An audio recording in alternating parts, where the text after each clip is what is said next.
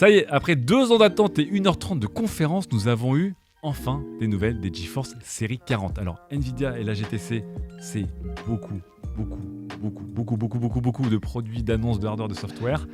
Mais Guillaume, on se concentre sur ce qui nous intéresse, des grosses cartes graphiques qui envoient la patate. Ouais, effectivement, on a donc 2 cartes, dont une avec 2 déclinaisons. On a la RTX 4090 et on a 2 déclinaisons de la RTX 4080. Et du coup, leur point commun, une nouvelle architecture nommée Ada Lovelace avec jusqu'à 76 milliards de transistors et une finesse de gravure qui descend à 4 nanomètres. Maintenant, les différences entre ces 3 modèles. Alors, on a tout d'abord une 4080 avec 12 Go de mémoire vive.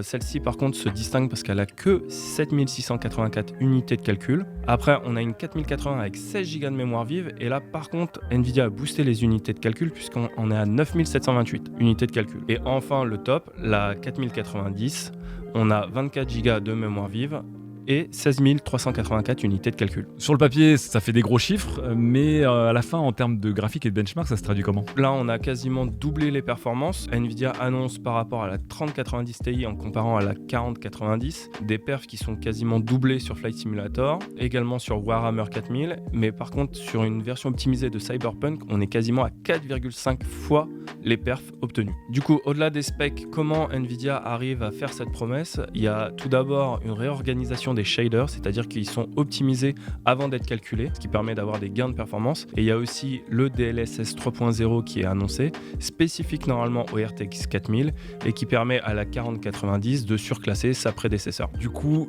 tout est idéal dans le meilleur des mondes. On va avoir des FPS à foison, des technologies partout, des transistors partout.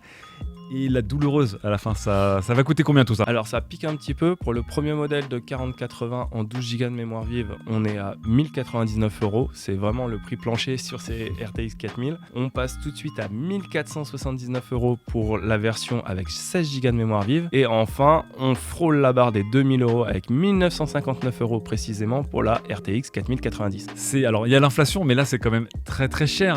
Qu'est-ce qu'il en est pour le reste de la gamme en fait chez Nvidia ? Alors la petite astuce chez Nvidia, c'est que du coup, la gamme RTX 30 reste en place et du coup, elle vient se positionner cette nouvelle gamme de RTX 4000 au-dessus. Et pourquoi on a encore des RTX 30 alors qu'elles sont censées tirer un peu leur révérence normalement ?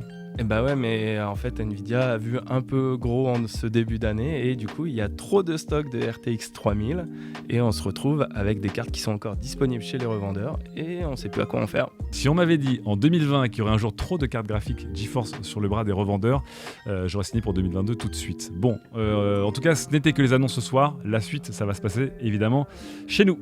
Oui, on vous donne rendez-vous très bientôt pour les tests sur les numériques.